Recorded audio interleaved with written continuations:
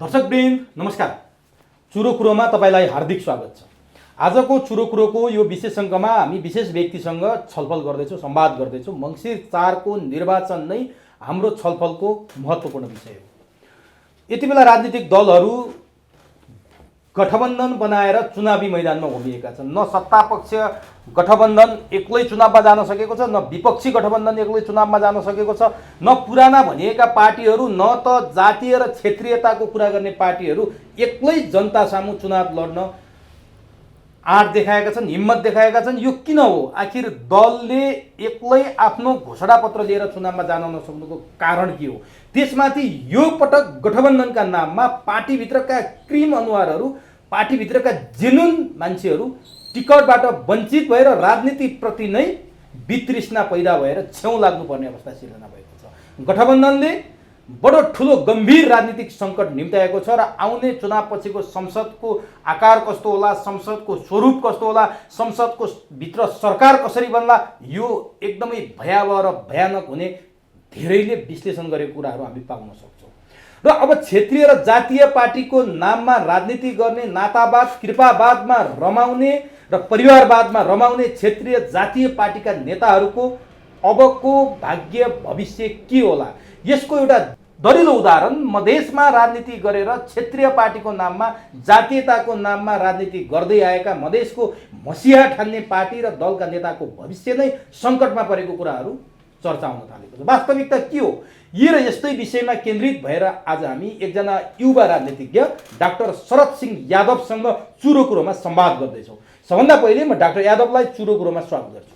Doctor नमस्कार। यहाँलाई चुरो कुरोमा हार्दिक स्वागत। धन्यवाद। अघि मैले पृष्ठभूमिमा भने जस्तो यहाँ पनि एकजना जेन्युन मान्छे लाग्छ मलाई राजनीतिमा। यहाँसँग पटक पटक कुरा गरेँ, यहाँका विचारहरू आम दर्शकसम्म पुर्याउने पुल र सेतुको काम मैले पटक पटक गर्दै आएँ। मलाई आशा थियो डाक्टर साहब काहीँ न कतैबाट माननीयका लागि जित्ने हार्ने परको कुरा होला, एउटा टिकट पाएर चुनावी मैदानमा जानुहुन्छ जस्तो। यहाँ मैले परिचय दिएको छैन, यहाँ लोकसभामा क्रियाशील हुनुहुन्थ्यो, तर चुनावी मैदानमा डाक्टर साहबलाई न प्रदेशमा देख्न पाइयो, न त प्रतिनिधि सभामा देख्न पाइयो। डाक्टर साहब के राजनीतिबाट वितृष्णा जागे हो, अथवा सन्यास लिनुभयो, अथवा राजनीति नै छोड्ने मुडमा जानुभयो? काहीँ कतै किन देख्न पाइएन डाक्टर साहब? मैले यहाँबाट सोध्छु। हजुर, धेरै धेरै धन्यवाद तपाईँले। आज फेरि एकचोटि यो मौका जुर्यो हाम्रो कुराकानीको। अब अहिले हामी यो मङ्सिर 4 को आम निर्वाचनको सङ्घारमा आइपुगेका छौँ र जहाँसम्म मेरो यसपालि व्यक्तिगत एउटा चाहना के थियो भने म आफ्नो क्षेत्र, आफ्नो गाउँ, आफ्नो जिल्लाको एउटा क्षेत्रबाट प्रतिनिधित्व गर्न पाएको भए त्यो क्षेत्रको जनता र समग्र रूपमा नेपालमा जुन विकासको एउटा लहर चल्नुपर्ने, जुन अहिलेसम्म भइसकेको अवस्था छैन, त्यतापट्टि अरू दलका साथीहरू, आफ्नै दलका साथीहरूसँग मिलेर देशको लागि आगामी 5 वर्षको योजना बनाएर काम गर्ने एउटा चाहिँ मेरो चाहना थियो। जुन चाहना सर्वविदितै छ, यो अन्तिम घडीको एउटा गठबन्धन जसले म पूर्ण रूपमा मैले व्यक्तिगत रूपमा स्वीकार गरेको छैन, किन यो गठबन्धन वैध गठबन्धन चाहिँ होइन। यसलाई मैले ठगबन्धन भन्ने गरेको छु। कि सत्तारूढ गठबन्धन? एकदमै दुईटै गठबन्धन हो, सत्तारूढको मात्रै कुरा नगरौँ। यो गठबन्धन अन्तिम अवस्थामा आएर यो दुईटा विपरीत ध्रुवहरू मिलेर गरेका गठबन्धन, जो हिजो एक अर्कालाई मारकाट गर्ने अवस्थामा थियो। एउटाले अर्कोलाई प्रतिगामी, अर्कोले अर्कोलाई संविधान मिच्ने, संविधान विरोधी भन्थ्यो। उहाँहरूको गठबन्धनलाई सही तरिकाले, सहज ढङ्गले मैले मात्रै होइन कसैले पनि लिएको छैन। त्यो गठबन्धनको कारणले नै केही प्राविधिक कुराले गर्दा होला पार्टीले मलाई टिकट दिन उचित ठान्नु भएन र त्यो ठाउँमा गठबन्धनका अरू पार्टीले टिकट पाए र उहाँहरू चुनावमा हुनुहुन्छ। वञ्चित हुनुभयो? एकदमै गठबन्धनको कारणले नै वञ्चित भयो। तर डाक्टर साहब, यहाँको नसामा राजनीतिको रगत दौडिएको छ। डाक्टर साहब पनि हुनुहुन्छ, आफ्नो पेसा छुट्टै छ, यहाँ राजनीतिसँग जोडिएको परिवारमा हुनुहुन्छ, चाहे यहाँको ससुरालीतिरको व्यक्तिको कुरा सम्झिँदा होस्, चाहे अरू कुरा, यहाँ राजनीतिमा काहीँ न काहीँ, चाहे यहाँको बुवासँगको कुरा होस्, तपाईँ राजनीतिसँग जोडिएको परिवार। राजनीतिमा स्याक्रिफाइस भन्ने पनि हुन्छ नि डाक्टर, कन्ट्रिब्युसन भन्ने पनि हुन्छ नि। पार्टीले निर्णय गरिसकेपछि पार्टीको निर्णय त तपाईँ जस्तो कर्मठ सिपाहीले मान्नु पर्थेन र डाक्टर साहब, तपाईँ यति बेला प्रदेश 2 को, मधेस प्रदेशको चुनावी माहौलमा सरिक भएर मत माग्दै गर्नुपर्ने डाक्टर साहब, आज काठमाडौँमै हुनुहुन्छ। दुईटा कुरा हुन्छ, एकदम एकदम म यसलाई प्रश्न पारिदिन्छु। दुईटा कुरा हुन्छ। हेर्नुहोस्, अहिले चलिआएको राजनीतिक र मैले गर्न खोजेको राजनीतिक अलिक फरक छ। हेर्नुहोस्, राजनीतिकको लागि नै राजनीतिक र आफ्नो व्यक्तिगत स्वार्थको लागि गर्ने राजनीतिक यदि ममा भएको भए मैले अरू दलबाट अथवा अरू साथीभाइहरूबाट स्वतन्त्र रूपमा पनि त्यो ठाउँबाट उम्मेदवारी दिन सक्थेँ। मेरो लागि दुईटा दल त्यो बेला उहाँहरूले मलाई आग्रह गर्नुभएको थियो तपाईँ जस्तो मान्छे आउनुपर्छ भनेर। तर मेरो लागि राजनीतिक मात्रै हो, यो एउटा देश र जनताको सेवाको लागि गरिने एउटा कार्य हो, जसको लागि अनुचित कार्य गरेर पदमा पुगेर आफ्नो लागि मात्रै, आफ्नो परिवारको लागि, आफ्नो नातागोताको लागि मात्रै हेर्ने मेरो राजनीतिक होइन। र राजनीतिकमा यसरी हतार गरेर राम्रो हुँदैन। पहिला आफ्नो एउटा पहिचान, आफ्नो एउटा ठाउँ बनाउनु पर्छ, त्यसपछि गएर तपाईँ स्वतन्त्रै उठे पनि तपाईँको जित्ने सम्भावना चाहिँ हुन्छ। जहाँसम्म दलको कुरा छ, मैले दलको कुरा मानेरै अरू दलबाट उम्मेदवारी दिएन, त्यसरी लिनुपर्छ यसलाई। नत्र म अरू दल धेरै साथीभाइहरू, हाम्रै साथीभाइहरू धेरै छोडेर गए, अरू पार्टीबाट दिए। अरू पार्टीबाट पनि अफर आएको हो थियो, तर म गइनँ, किनभने यसरी टिकटको लागि मात्रै, चुनाव लड्नलाई मात्रै, सांसद बन्नलाई मात्रै गर्ने राजनीतिकलाई म राजनीतिक भन्दिनँ। सांसद बनेरै राजनीति गरिन्छ भन्ने पनि मेरो मान्यता छ। तपाईले दलको विरोध गरेको कि गठबन्धनको विरोध गरेको? मैले गठबन्धनको विरोध गरेको।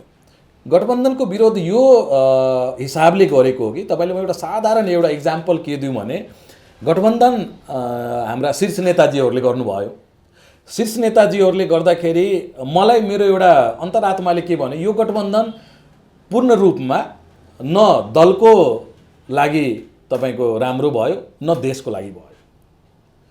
तपाईँले एउटा साधारण इक्जाम्पल म दिन्छु। हाम्रो लोकतान्त्रिक समाजवादी पार्टीको वरिष्ठ नेता राजेन्द्र महतोज्यू, उहाँ सरलाई 3 नम्बरबाट प्रतिनिधि सभाको उम्मेदवार हुनुहुन्छ। गठबन्धनको कि गठबन्धन? अब तपाईँको पार्टीको हो, यही कुरामा म आउँदैछु। हाम्रो पार्टीको वरिष्ठ नेता भन्ने मैले राजेन्द्र महतोज्यू, उहाँ चाहिँ उम्मेदवार हुनुहुन्छ र उहाँको विरुद्ध गठबन्धनबाट महेन्द्र राई यादव माओवादीको चुनाव चिन्हबाट त्यही क्षेत्रबाट लड्दै हुनुहुन्छ। र मैले यही कुराहरू हाम्रा नेताजीहरूसँग गर्दाखेरि तपाईँहरूले कुन खालको गठबन्धन गर्नुभयो, यो कुन गठबन्धन हो? कम्तीमा ठुला नेताहरूलाई बचाइदिने गठबन्धन त हुनु पर्थ्यो, त्यो पनि देखिएन। भनेपछि उहाँहरूले के भन्नुभयो भने यो फ्रेन्डली फाइट हो रे। अनि मेरो दिमागले अब के भन्छ भने, यो फाइट भनेको फ्रेन्डली कहिले पनि हुँदैन, फाइट भनेको फाइटै हुन्छ। चाहे दुई व्यक्ति बिचको फाइट होस्, राजनीतिक रूपमा फाइट होस्, फ्रेन्डली फाइटको नाममा एउटै गठबन्धनबाट दुईटा दलको दुईटा उम्मेदवारलाई तपाईँ उठाउनु भएको छ भने तपाईँ गठबन्धनको नियत त्यही देखियो। त्यही भएर मैले गठबन्धनलाई ठगबन्धन भनेको। अनि यो कस्तो खालको के बाध्यता आइलाग्यो कि डाक्टर साहब, जहाँ यहाँको वरिष्ठ नेता राजेन्द्र महतो पनि गठबन्धनको उम्मेदवार भनिरहनु भएको छ, तपाईँको पार्टी गठबन्धन गरेर चुनावी मैदानमा होमिएको छ, तपाईँको पार्टी अरूलाई जिताउन गठबन्धन गरेर गएको कि आफ्ना नेता जिताउन गठबन्धन गरेर गएको? आफ्नै नेता जिताउने हो भने गठबन्धनका 2वटा उम्मेदवार, त्यो पनि शीर्षस्थ नेताहरू एउटै निर्वाचन क्षेत्रमा किन? अब अरू पार्टीले जिताउन गएको हो भने तपाईँहरूको पार्टीको औचित्य के, किन चाहियो? हामीले बुझ्नुपर्ने कुरा त्यही नै हो। यसपालिको जुन गठबन्धन भएको छ, तपाईँले दुईटै गठबन्धनको कुराहरू, विपक्षी दलतिरको गठबन्धन एमाले र जसपाको, अनि जसपा तत्कालीन यता 5 दलबाट उता गइसकेपछि लोसपा त्यहाँ गएको अवस्था छ। र प्राविधिक रूपमा बुझ्ने हो भने 4 दलको, मेरो एउटा मान्यता के छ, प्राविधिक रूपमा बुझ्ने हो भने यो 4 दलको गठबन्धन कायम छ र हाम्रो दलको खास गरेर कङ्ग्रेससँग गठबन्धन भएको छ। तपाईँले विज्ञप्तिहरू हेर्नुभयो भने 4 दलको मात्रै त्यसमा चाहिँ हस्ताक्षर देखिँदैन, हुँदैन। भनेपछि यो प्राविधिक रूपमा त्यो 4 दलको गठबन्धन हो। केही सिटमा तालमेल मात्रै हाम्रो पार्टीसँग गरेको हुनुपर्छ, लोसपाको तालमेल, त्यति नै। यसलाई यसरी बुझ्दा हुन्छ। अनि यो पनि स्वीकार्य छैन यहाँलाई? होइन, मलाई त यहाँ त 70बाट लड्नु पर्ने। 70 कति नम्बर क्षेत्र? मैले मागेको क्षेत्र चाहिँ 72 को ख। अब मलाई प्रश्न पारिदिनुहोस्, 72 को ख माग्नु भएको थियो, काङ्ग्रेससँग तालमेल भएको पार्टीले त त्यहाँ तपाईँलाई टिकट दिनु पर्थ्यो, त्यो त माओवादीको उम्मेदवार उठिरहेको छ। अनि तपाईँले भन्नुहुन्छ 4 दलीय गठबन्धन, त्यहाँ तपाईँको दलले माओवादीले छोडिदिएछ, उता माओवादीले तपाईँको वरिष्ठ नेता विरुद्ध महेन्द्र राय यादवले उठाइदियो। मैले भनेको कुरा त यही प्रश्न हुँदैछ नि, यो वैध गठबन्धन होइन भन्ने कुरा मैले सुरुमै निवेदन गरेँ नि। अब यो कुराहरूले त त्यसलाई त पुष्टाइ गर्यो नि त। यो अब यहाँ गठबन्धनको एउटा के धर्म हुन्छ भने, एउटा मैले शब्द सुने, विनिङ गेटिङ। विनिङ गेटिङ भनेको जो पछिल्लो पटक जित्या छ त्यो क्षेत्रबाट उसले नै उही पार्टीले यसपालि त्यहाँ पाउने। त्यो आधारमा पनि प्राविधिक रूपमा पछिल्लो पटक मैले चाहेको क्षेत्रबाट राष्ट्रिय जनता पार्टी राजपा तत्कालीन राजपा मोहन ठाकुरको राजेन्द्र महतोजीहरूको राजपा त्यो पार्टीबाटै त्यहाँको उम्मेदवार जितेको थियो। त्यो नाताले पनि प्राविधिक रूपमा त्यो सिट हामीले पाउनुपर्ने हो, तर विडम्बना त्यहाँ माओवादीले पायो। तपाईँको नेताहरूले किन दाबी गर्न सक्नु भएन? अनि के कमजोरी रह्यो? अब यो त्यही भने मैले, यो वैध रूपमा भइदिएको भए यो सबै कुराहरू मिल्थ्यो, अवैध रूपमा भएछ मिलेन। तपाईँले टिकट पाउनुहुन्थ्यो त्यहाँ भन्ने चाहिँ ग्यारेन्टी के छ? होइन, अरू पनि त थियो। म एउटा व्यक्तिको मात्रै त्यहाँ कुरा भएन, मैले समग्र यो राजनीतिक अहिलेको जुन परिवेश छ त्यसको कुरा गर्दैछु। व्यक्ति चाहिँ गौण हो। तपाईँले टिकट पाउनु भएको थियो? मेरो गठबन्धन 99% कन्फर्म थियो। गठबन्धनले खोस्यो नहुँदा हजुर हो, गठबन्धनकै कारण तपाईँको टिकट खोसियो होइन भने तपाईँ टिकट पाउने कन्फर्म थियो? मेरो कन्फर्म थियो। मेरो पार्टीले मलाई कन्फर्म गरिसक्नु भएको थियो। मसँगै सिफारिस भएका 3 जना व्यक्ति आएर मेरो अध्यक्षको अगाडि हामी 3 जना बाहेक उहाँले टिकट दिनुहुन्छ भने हामी मान्न तयार छौँ भनेर भनिसकेको थियो भने मेरो अलमोस्ट कन्फर्म थियो। भनेपछि गठबन्धनको कोपभाजनमा यहाँ पर्नुभयो भन्न मिल्छ।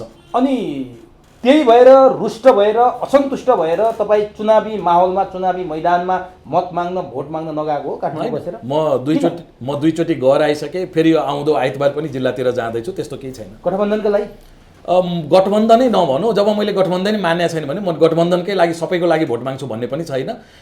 मैले मन पराएका मेरा पार्टीका अथवा मैले मन पराएका कोही स्वतन्त्र पनि हुनसक्छ, अरू दलका पनि हुनसक्छ। त्यसो भए तपाईँ लोकसभामा किन बस्ने, किन रहने? पार्टीको निर्णय पनि नमान्ने, तपाईँ स्वतन्त्रलाई मत माग्छु भन्ने, आफ्नो क्षेत्रमा उठेको माओवादीलाई गठबन्धनका नाताले मत माग्न पनि नजाने, आफ्ना शीर्षस्थ नेताहरूलाई पनि मत एकदम यसमा प्रश्नै छ।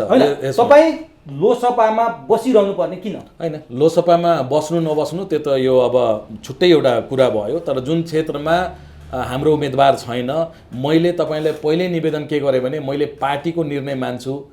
गठबन्धनमा मेरो पार्टी छँदै छैन, 4 दलको गठबन्धन हो, हाम्रो पार्टीको तालमेल मात्रै छ बाबा।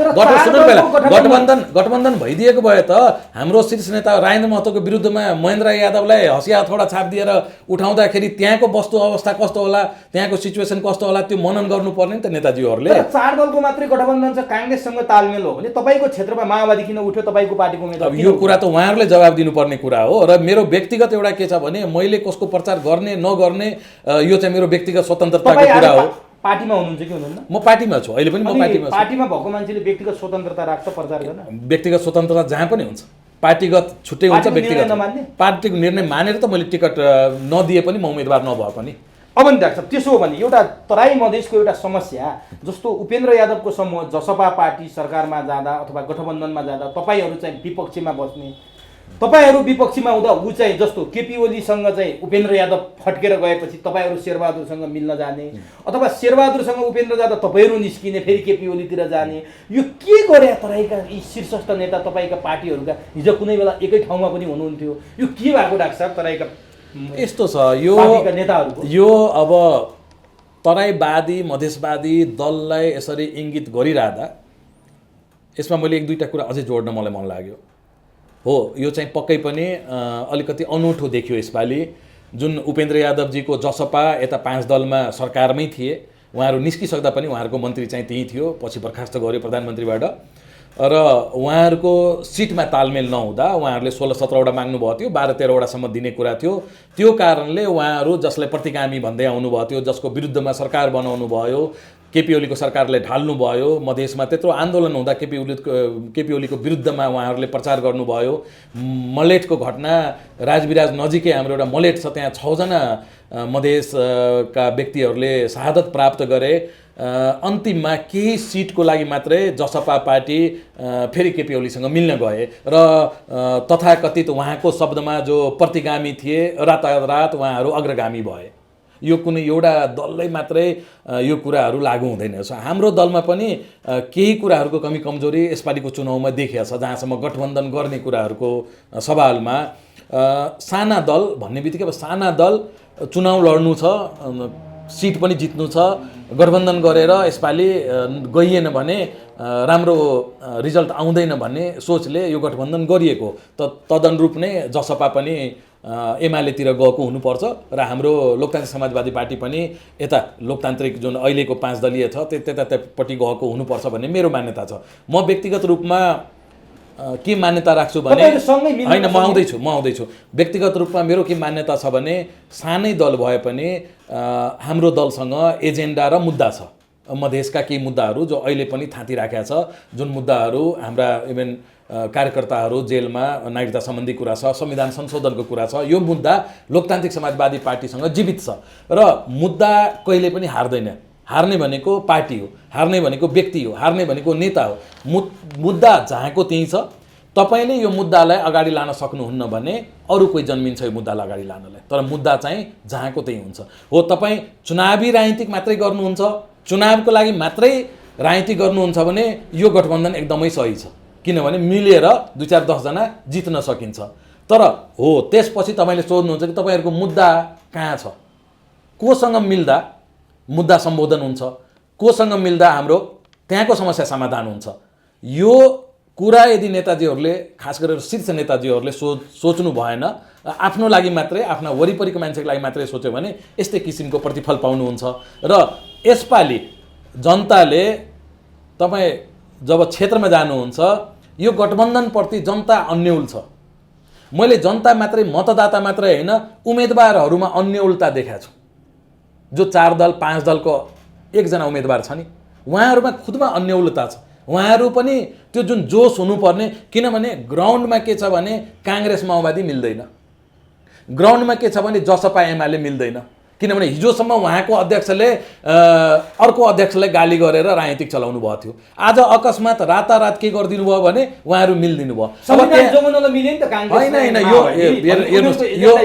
यो राजनीतिक सबैले बुझेको छ। तपाईँले के जोगाउन मिल्नु भएको हो, न तपाईँलाई देशको मतलब छ, न तपाईँलाई संविधानको मतलब। तपाईँ आफ्नो पार्टी र नेतालाई जोगाउन मिल्नु भएको। त्यसो भए डाक्टर साहब, अन्तिम आवरमा जसपा र एमाले मिलाउने रसायन के हो, उपेन्द्र र केपी मिलाउने रसायन के हो, महन्त ठाकुर, राजेन्द्र महतो र यो सत्ता गठबन्धन अथवा शेरबहादुर देउबा मिलाउने रसायन चाहिँ के हो, केले जोड्यो? अब यसमा हेर्नुहोस्, केमिस्ट्री फिजिक्स, जुन रसायन भन्नुभयो, अब इङ्ग्लिसमा केमिस्ट्री भन्छ, फिजिक्स भन्छ, दुईवटा कुरा मिल्नुपर्ने हुन्छ यस्तो गठबन्धनको लागि। यसमा केही निहित स्वार्थ नेताजीहरूको आफ्नो सिट सुरक्षित गर्नलाई र भावी अब आउने मन्सिर 4 पछिको जुन एउटा स्वरूप बन्छ।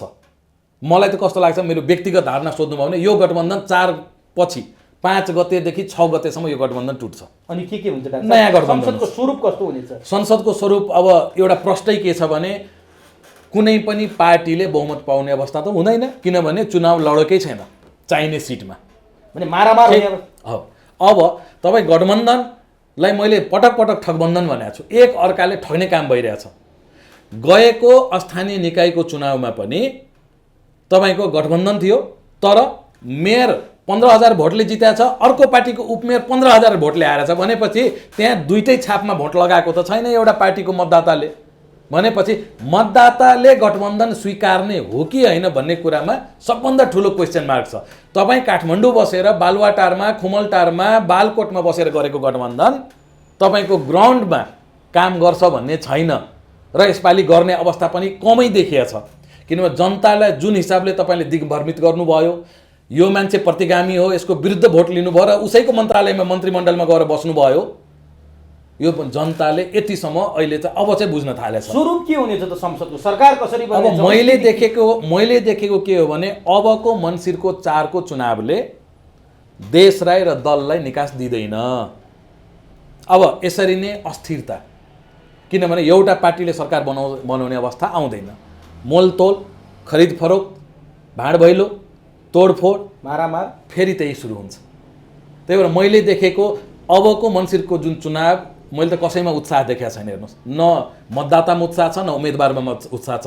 किनभने तपाईँले जबसम्म देश र जनतालाई ध्यानमा राखेर यस्ता कामहरू गर्नुहुन्न, चुनाव भन्ने चिज हरेक 5 वर्ष आउने हो, जाने हो होइन। केपी ओलीको झन्डै 2/3 सरकारले 5 वर्षको एउटा प्रतिफल जनताको अगाडि राख्न सकेन भने अबको जुन खिचडी भन्छ हामीले, यो आउने संसदले एउटा एकदमै अस्थायी सरकार देला, 5 वर्ष टिक्ला र त्यो सरकारले जनताको मुहार, जनताको दैनिकीलाई परिवर्तन गर्देला, यो देशको मुहार फेर्देला भन्ने सोच्नु नै हाम्रो मूर्खता हो।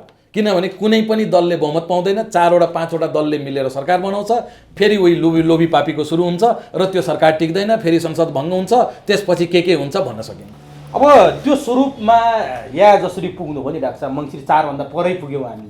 अब यसको कारण चाहिँ मान्छेहरूले के भन्न थाले भने जातीय र क्षेत्रीय राजनीतिले राज्यलाई कमजोर बनायो। सबैभन्दा बढी मधेसमा जातीय राजनीति गर्ने र क्षेत्रीय राजनीति गर्नेहरूका कारण आजको देश कमजोर भयो, राज्य कमजोर भयो। अहिले बन्ने संसद जुन यहाँले अपेक्षा गर्नुभयो त्यो कमजोर हुनुको मुख्य कारण नै तराई मधेस हो र त्यहाँबाट जातीय क्षेत्रीय राजनीति गर्नेहरू भन्छ। तपाईँलाई के लाग्छ? जातीय क्षेत्रीय पार्टीहरू आवश्यक छ? होइन, जातीय र क्षेत्रीय पार्टी, अब जातीय पार्टी त म देख्दिनँ। क्षेत्रीय पार्टीको तपाईँले कुरा झाँसमा उठान गर्नुभयो। मेरो एउटा मान्यता के छ भने तथाकथित तपाईँले जुन हिसाबले मधेसवादी दलतिर इङ्गित गर्नुभयो र यिनीहरू क्षेत्रीय जातीय पार्टी हो र यिनीहरूले गर्दा पुरा देशमै तपाईँको अस्थायित्व हुन सकेन भन्ने कुरा म चाहिँ अलि मान्न तयार छैन। किनभने अहिले पनि 7वटा प्रदेशमा मात्र एउटा प्रदेशमा जनता समाजवादी पार्टी र यो गठबन्धन को नाम भनौँ उनीहरूको सरकार छ। बाद बाँकी त तपाईँको 6वटामा राष्ट्रिय पार्टीकै सरकार छ नि। बनाउँदा घटाउँदा केही गर्दा उनीहरूकै महत्त्वपूर्ण भूमिका देखियो नि त। कहिले यता गएर मिलाएर अब यो बहुदलीय व्यवस्थामा, संसदीय व्यवस्थामा तपाईँको जब कुनै एउटा पार्टीले, कुनै एउटा गठबन्धनले तपाईँको बहुमत पाउँदैन भने त्यहाँ एउटा परम्परागत रूपमा यो सानो पार्टीहरूको चलखेल चाहिँ बढ्छ। यहाँलाई जातीय पार्टीको कुरा मैले देखेको छैन भन्दा म यहाँ उदाहरण दिन्छु। उपेन्द्र यादवले नेतृत्व गरेको पार्टी छ नि जनता समाजवादी पार्टी, अहिलेको टिकट वितरणदेखि अब त्यहाँका पद प्रतिष्ठामा पुगेका सबै यादव बाहेक अरू भएनन्। उपेन्द्र यादवले टिकट बाँडेका जम्मै यादव मात्रै छन् भन्ने आरोप छ क्या उपेन्द्र यादवमाथि। र उपेन्द्र यादवकै काहीँ न काहीँ संरक्षणमा धार्मिक द्वन्द्व, मुस्लिमहरूले पनि उचालेर त्यहाँ द्वन्द्व मचाउने काम हुन्छ। यादव मुस्लिम एउटा समूह नै बनाइएको छ जुन मुलायम सिंह यादवदेखि लिएर चाहिँ हाम्रो लालु प्रसाद यादव होइन अब त्यो छाया त्यहाँ परेको छ भन्ने आरोप छ क्या डाक्टर। एउटा त्यो हेर्नुहोस्, अब अरूसँग कसैलाई जोडेर त्यो राम्रो कुरा चाहिँ म मान्दिनँ। हाम्रो देशको एउटा आफ्नो मौलिकता छ। होइन, म भन्दैछु, म आउँदैछु त्यो ठाउँमा। हाम्रो देशको एउटा मौलिकता, आफ्नो पहिचान, आफ्नो एउटा राष्ट्रियताको कुराहरू आफ्नो ठाउँमा छ। यहाँको राजनीतिक फरक छ, हाम्रो छिमेकी राष्ट्रको राजनीतिक फरक छ। जातीयताको जहाँसम्म तपाईँले कुरा गर्नुहुन्छ त्यो हरेकमा थोर बेस हरेक पार्टीमा छ। तपाईँले अब नेकपा एमालेको तपाईँको पोलिट ब्युरो हेर्नुभयो भने त्यहाँ चाहिँ 1जना मधेसी 1जना दलित मात्रै छ। करिब करिब त्यहाँ 90% एउटै जात भनौँ अथवा जातै खोलेर भन्दाखेरि तपाईँको खस बाहुनको बाहुल्यता छ। तपाईँले माओवादीमा हेर्नुभयो भने त्यही नै छ। तपाईँले काङ्ग्रेसमा हेर्नुभयो भने त्यही नै छ। सिम्बोलिक रूपमा 1जना 2जनालाई दिने अनि त्यसपछि गएर बाद बाँकी चाहिँ एउटा बाहुल्य रूपमा। अब जनसङ्ख्याको हिसाबले हेर्नुभयो भने कुनै एउटा जातिको जनसङ्ख्या बेसी छ भने त्यो जातिको बाहुल्यता त्यो पार्टीभित्र देखिन्छ। तर मेरो मान्यता के हो भने जो सक्षम छ, जसले केही गर्न सक्छ, त्यस्तो व्यक्तिहरू कुनै पनि धर्म, कुनै पनि जातको छ भने त्यस्तोलाई त्यो दल, त्यो पार्टी विशेषले अगाडि बढाउनु पर्छ। त्यसमा कुनै जात हुन्छ भने त्यसलाई हामीले जातिलाई इङ्कित गर्नु चाहिँ हुँदैन। जातीय र क्षेत्रीय पार्टी उदाउँदाखेरि नै देश अस्थिर भयो, कमजोर भयो, राष्ट्र कमजोर भयो भन्ने कुरा भयो क्या। जस्तो राष्ट्रिय पार्टी पनि छन् नि, राष्ट्रिय संरचना बोकेका, मेचीदेखि महाकाली, हिमालदेखि तराईसम्मको सबै ठाउँ सङ्गठन भएका काङ्ग्रेस, एमाले, माओवादी, राप्रपा, यिनीहरूले नै सम्बोधन गर्नुपर्ने होइन मधेसको। मधेस यिनीहरूको होइन। मधेसमा देखिने समस्या यिनीहरूले सम्बोधन नगरेर कसले गर्छ? यिनीहरूले त्यो कुराहरू सम्बोधन नगर्न सक्दा जातीय र क्षेत्रीय पार्टीहरू उत्पत्ति भयो भने यिनीहरूकै उपज हो भन्नेहरू पनि छन् नि। अब यसमा एकदमै सरल सिधा कुरा के छ भने यो भूगोलभित्र बसेको हामी सबै नेपाली हो। यसमा त कुनै दुई मत छैन। जब हामी एउटा भूगोलभित्र, एउटा राष्ट्रभित्र, एउटा पहिचानभित्र बसिसकेका छौँ, अब यो बहुराष्ट्रिय एउटा देश पहिचानको कुरा आउँछ। मधेस छुट्टै छ, पहाड छुट्टै छ, शेर्पाहरूको आफ्नो होला, मधेसीहरूको आफ्नो होला, नेवारहरूको आफ्नो होला, तर आखिर लास्टमा हामी भनेको त सबै नेपाली हो। र जुन दलहरू अहिले यो देशमा सत्ता सञ्चालनमा छ, जोसँग यो देशको साँचो छ, जसले संविधान बनाए, त्यहाँ केही कमी कमजोरी, केही भूभागको जनतालाई चित्त नबुझेपछि यो राष्ट्रिय पार्टीकै दायित्व हुन्छ त्यसलाई सम्बोधन गर्ने। साना पार्टीहरू यसमा किन आउँछ र किन उनीहरूको उदय भयो भने 2007 सालतिर नै तपाईँको तराई काङ्ग्रेसको जन्म भएको थियो। नेपाली काङ्ग्रेस हुँदा किन भएको थियो भने त्यो बेला त्यहाँका जनता, त्यहाँका कार्यकर्ता, नेपाली काङ्ग्रेसका नेताहरूको भाषा उहाँहरूले बुझ्नु भएन कि बुझ्न सक्नु भएन कि बुझ पचाउनु भयो।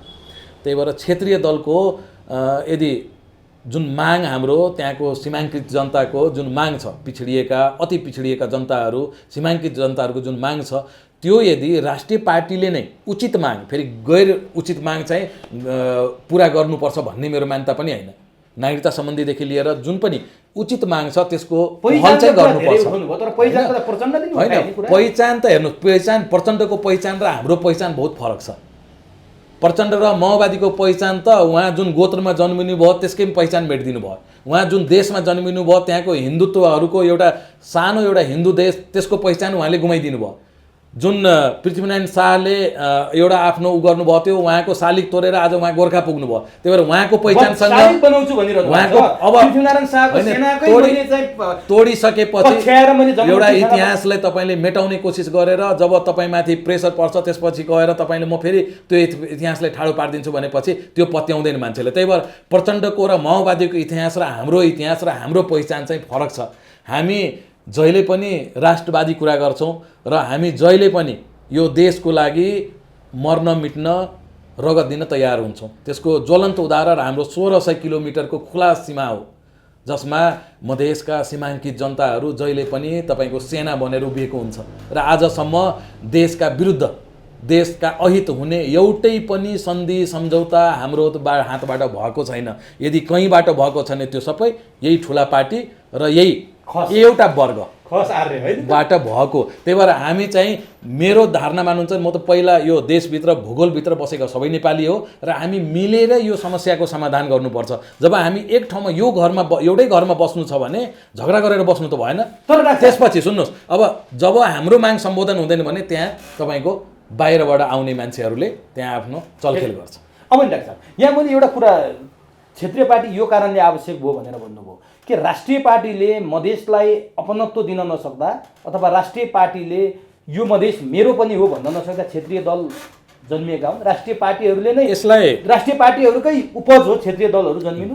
यसलाई यसरी लिउँ, एउटा साधारण उदाहरण के छ भने काठमाडौँ महानगरपालिकाको साधारण इक्जाम्पल एउटा के छ भने काठमाडौँ महानगरपालिकामा सबै ठुला दलहरूले आफ्नो उम्मेदवार दिएका थिए, तर यहाँबाट भारी मतले के अरे निर्वाचित को भए? स्वतन्त्रका बालेन शाह मेयरमा।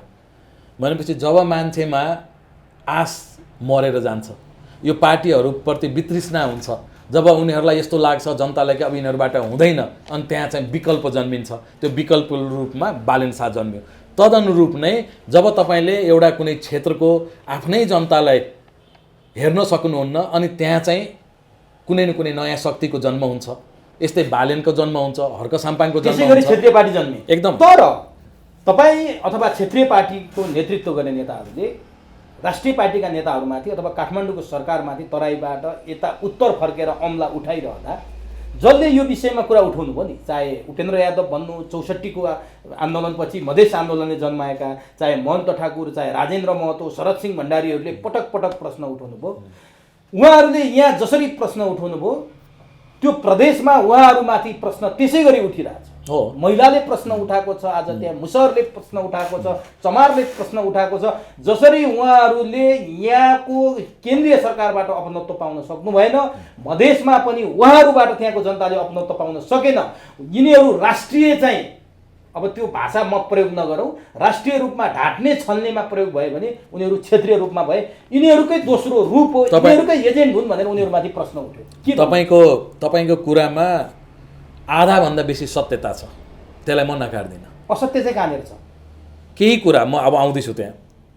जुन पात्रहरूको नाम लिनुभयो, जुन पार्टीहरू छन्, आफूले क्षेत्रीय दल भनौँ अथवा राष्ट्रिय दल भनौँ, अब राष्ट्रिय दलकै रूपमा दर्ता छ। अहिलेसम्म मधेसको मुद्दालाई उहाँहरूले सत्तामा भजाउनु भएको यो प्रष्टै छ। त्यस कारणले अब यसपालिको चुनावमा मधेसको मुद्दा अहिले पूर्ण रूपमा ओझलमा परेछ। तपाईँ यो चुनावमा यदि तपाईँ तल झर्नुहुन्छ, मधेसतिर जानुहुन्छ, अरू क्षेत्रमा जानुहुन्छ भने जनताहरूमा कुनै किसिमको उत्साह छैन। उहाँहरूमा एउटा के छ भने फेरि पनि यही दलहरू फेरि भोट बटुलेर त्यहाँ गएर फेरि यही काम गर्ने हो। त्यही भएसम्म त्यो मुद्दालाई सत्तासँग साट्ने, एउटा निस्केपछि अर्को जाने, अर्को निस्केपछि अर्को जाने, यति मात्र हो। यो भनिरहँदा मलाई कुनै किसिमको आपत्ति जस्तो लाग्दैन। यो भएकै कुरा हो, तपाईँले पनि बुझेकै कुरा हो, हामीले पनि देखेकै कुरा हो। जहाँसम्म त्यो मुद्दाको कुरा छ, मैले अघि पनि निवेदन के गरेँ भने मुद्दा चाहिँ जीवितै छ। तर मुद्दा उठाउनेहरू के? तपाईँले मुद्दा उठाएर सेन्टिमेन्ट भजाएर खालि सत्ताको राजनीति गर्नुभयो र अब आएर त्यो बिस्तारै तपाईँहरूको राजनीतिक चाहिँ चल्नेवाला छ। अब डाक्टर साहब यहाँनिर म गम्भीर प्रश्न कहाँनिर उठाउँछु भने जस्तो उहाँहरूले मुद्दा उठाउनु भयो, सीमान्तकृतका मुद्दा उठाउनु भयो अथवा मधेसका समस्याको मुद्दा उठाउनु भयो र त्यही मधेसबाट आन्दोलनले नेता पनि बन्नुभयो। मैले पाएको तथ्याङ्कमा प्रदेश 2 मा पुरुषको भन्दा महिलाको मत धेरै छ। 70% भन्दा बढी महिलाले मतदान गर्छन्। पुरुष जतिलाई विदेशमा खाडी राष्ट्रदेखि लिएर बाहिर पठाइएको छ रोजगारीको लागि। अनि त्यही महिलालाई मतदान गरेर निर्वाचित भएर आउनुहुन्छ। 5 वर्षमा मधेस प्रदेशमा बनेको सरकारमा एकजना महिला पनि क्याबिनेट मन्त्री बन्नु भएन। अनि काठमाडौँसँग अमला उठाएर अधिकार माग्दा आफैले महिलालाई अधिकार नदिँदा मधेस प्रदेशमाथि प्रश्न उठ्दैन? तपाईँले अब यो कुरा जगजाहिर छ कि यो देशमा संविधान बनिसकेपछि संस्थाहरू जुन संवैधानिक संस्थाहरू छ, संसददेखि सर्वोच्चदेखि लिएर यावत संस्थाहरू प्रोपर रूपमा तपाईँको कसैले काम गरेको छैन। अब तपाईँ महिलाको कुरा उठाउनु भयो, 33% को उहाँहरूको बाध्यता समानुपातिकमा दिनै पर्ने भएर उहाँहरूले दिइराख्नु भएको छ। नत्र त्यो पनि बाध्यात्मक परिस्थिति नभएको भए उहाँहरूले महिलाले दिँदैनथ्यो। कुरा गर्दा महिलाको बारेमा जोरसोरले आदिवासी जनजाति, महिला, मुस्लिम भनेर उहाँहरूले रटान लगाउनुहुन्छ र जब उहाँहरूको हक अधिकारको कुरा आउँछ, पहिचानको कुरा आउँछ, त्यो बेला उहाँहरूले नजरअन्दाज गरेर उहाँहरूले छोडिदिनुहुन्छ। विज्ञता हासिल गरेको व्यक्तिहरू राष्ट्रसभामा जानुपर्छ भनेर राष्ट्रसभाको गठन भएको। तपाईँलाई लागेको छ आजसम्म राष्ट्रसभामा पुगेका विज्ञहरू को हुन् र कहाँबाट आएका हुन्? चुनाव हारेका व्यक्तिको व्यवस्थापनको लागि राष्ट्रसभाको निर्माण भएको जस्तो मलाई लाग्छ। जहाँसम्म समानुपातिक व्यवस्थाको कुरा छ त्यहाँ पनि तपाईँले थाहै छ, हुने चलखेलदेखि लिएर आफन्तदेखि लिएर यताबाट उता उताबाट उता गरेर त्यसलाई पनि गर्ने। अर्को ठाउँमा प्रश्न उठाउँदा आफूले पनि त्यो अधिकारबाट वञ्चित गराएको छु भने उहाँहरूले हेक्का छैन। अर्को यहाँलाई सम्झाउँछु म, काठमाडौँसँग धेरै अधिकार माग्यो, मधेसले माग्यो, त्यसपछि अरू प्रदेशले पनि मागे, कर्णालीले अधिकार पाएको छैन। अब म तपाईँको एउटा जेन्युन कुरा के गर्न चाहन्छु भने यहाँ आएर अघि तपाईँले खस आर्यको कुरा उठाउनु भयो, खस राज्यसम्म भनियो, सबै हालिमुहाली उनीहरूकै छ भनियो, त्यो हो पनि। यहाँ प्रश्न उठाइयो, यहाँ आएर मागियो, अधिकार मागियो। तर त्यो मधेस प्रदेशमा बस्ने पहाडी मुलको मुलको मान्छे त्यो 5 वर्षको क्याबिनेटमा एकजना पनि मन्त्री भएन। जहाँ हाइवे छ, जहाँ पहाडीहरूको बसोबास छ, त्यहाँ बजेट विभेद गरियो, त्यहाँ सबैभन्दा कम बजेट पारियो। बजेटमा पनि विभेद गरियो, पहाडी मुलको एकजना पनि मन्त्री बनाइएन। अनि आफूले चाहिँ अधिकार माग्दाखेरि अरूलाई अधिकार दिनुपर्छ भन्ने किन हेक्का राखेन? र त्यो मधेस प्रदेशमा भ्रष्टाचारको कुरा गर्ने हो भने त्यहाँका मुख्यमन्त्रीको साइकलसँग जोडिएको भ्रष्टाचार, छोरीचेली पढाउने विषयमा, त्यहाँका अर्थमन्त्री विजय यादव भ्रष्टाचारमा जोडिएको कुरा, उनीहरूमाथि न त्यहाँका पार्टीले कारबाही गर्यो न केही गर्यो। अहिले पनि उनै मुख्यमन्त्री छन्, ती अर्थमन्त्रीलाई पनि कारबाही भएन। यस्तो खालको अरूसँग प्रश्न उठाइरहँदा आफूमाथि चाहिँ आफ्नो शरीरमा भैँसी नदेख्ने, अर्काको शरीरमा जुम्रा देख्ने भन्ने उदाहरण लागू भएन? राजनीतिकमा हेर्नुहोस्, नैतिकताको राजनीतिक गर्ने व्यक्ति यदि हुनुहुन्छ भने उहाँहरूले यो कुराहरूलाई एकदम राम्रोसँग मनन गरेर जायज हो। प्रश्न तपाईँले उठाएको प्रश्न जायज हो। भ्रष्टाचारका कुराहरू त्यहाँ उठेको छ, त्यहाँ थिचोमिचोको कुराहरू छ। अब त्यही प्रदेशमा जुन जनता समाजवादी पार्टी सरकारमा छ, 1 महिना अगाडिसम्म 1 महिना पनि बितेको छैन, उहाँहरू यहीँ केन्द्रमा सरकारमा हुनुहुन्थ्यो। त्यही भएर यो हालिमुहाली एउटै दलको 2 ठाउँमा हुँदाखेरि अब यो कुरा उहाँहरूसँग सोध्नुपर्ने हुन्छ कि उहाँहरूले होइन, अब यो जनताको हातमा हेर्नुहोस्। अब यसै पालिको चुनावमा कति राष्ट्रिय पार्टी भनिने राष्ट्रिय पार्टीहरू क्षेत्रीय पार्टी हुँदैछ, त्यो पनि तपाईँले हेक्का राख्नु पर्यो। र कति पार्टी क्षेत्रीय पार्टीको नाममा गुमनाम अवस्थामा पुग्ने अवस्था चाहिँ आउन सक्छ। तपाईँको पार्टी राष्ट्रिय पार्टी बन्छ? हाम्रो पार्टी अहिले पनि राष्ट्रिय पार्टी छ र राष्ट्रिय पार्टी बन्छ भन्ने हामी आशा राखेका छौँ। उपेन्द्र यादवको बन्छ? अब अरूको पार्टीको बारेमा त्यसरी भन्न सकिन्न। अब कसको भोट ब्याङ्क कति छ, यो गठबन्धनले कति काम गर्छ, धर्म र जातलाई चाहिँ त्यहाँ द्वन्द्व मचाउने काम चाहिँ उपेन्द्र यादवले गरे होइन। यस्तो छैन, राजनीतिकमा धर्म पनि जोड्नु हुँदैन, जात पनि जोड्नु हुँदैन। यदि कसैले जोड्छ भने त्यो गलत हो। हामी राजनीति गर्ने भनेको देश र जनताको लागि हो, त्यसमा न धर्म चाहिन्छ न जात चाहिन्छ। अब विकासका कुराहरू गरेर गर्नुहुन्छ भने जनताले पत्याइदिने हो। अब जनताले पनि यो धर्म र जातको कुराहरू गरेका राजनीतिकहरूलाई उहाँहरूले अलमोस्ट तिरस्कृत गरिसक्नु भएको के रहेछ। भन्न चाहनुहुन्छ त? यहाँ मधेसमा पनि जाँदै हुनुहुन्छ केही दिनमा, अब जानु होला। मधेस प्रदेशमा मतदान गर्न तयार भएका मतदातालाई अन्तिम क्षणमा छौँ, आफ्नो एउटा अमूल्य मतदानले 5 वर्षको भविष्य बोकेको छ। सही ठाउँमा गरियो भने 5 वर्ष राम्रै होला, होइन भने फेरि ब्ल्याक होलमा जाने सम्भावना बढी छ। यहाँको कुरा सुन्दा के भन्न चाहनुहुन्छ? देश अब चुनावको सङ्घारमा छ, अब धेरै दिन बाँकी पनि छैन र यो बहुदलीय व्यवस्थामा यो आधुनिक जुन चुनाव जुन हुन्छ यो चाहिँ सबभन्दा महत्त्वपूर्ण क्षण हो र यसमा जनताले आफ्नो जनप्रतिनिधि छान्ने सबभन्दा ठुलो एउटा सुवर्ण मौका पाउँछ।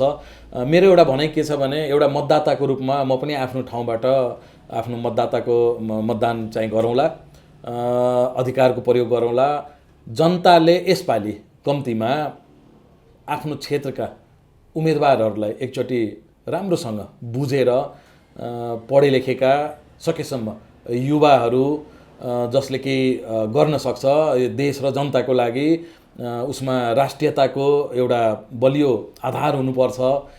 दल मात्रै होइन, उसले देशको बारेमा पनि सोच्नुपर्छ। त्यस्ता उम्मेदवारहरूलाई भोट दिएर जिताएको राम्रो हुन्थ्यो। भोलि गएर संसदमा उहाँहरूको प्रवेश भइसकेपछि एउटा माहौल नै अर्कै हुन्छ, होइन? अब पुरातनै सोच बोकेका सधैँभरि 30 वर्षदेखि एउटै मान्छेले भोट दिइराख्नु भएको छ भने र त्यो मान्छेले त्यहाँ केही गरेकै छैन, एउटा नामको लागि मात्रै भोट दिनुहुन्छ भने त्यो व्यक्तिहरूबाट त्यो ठाउँको खास गरेर विकास हुँदैन भन्ने कुराहरू प्रष्ट भइसके र अब अलिकति परिवर्तन ल्याउनु पर्ने अवस्था देखिन्छ।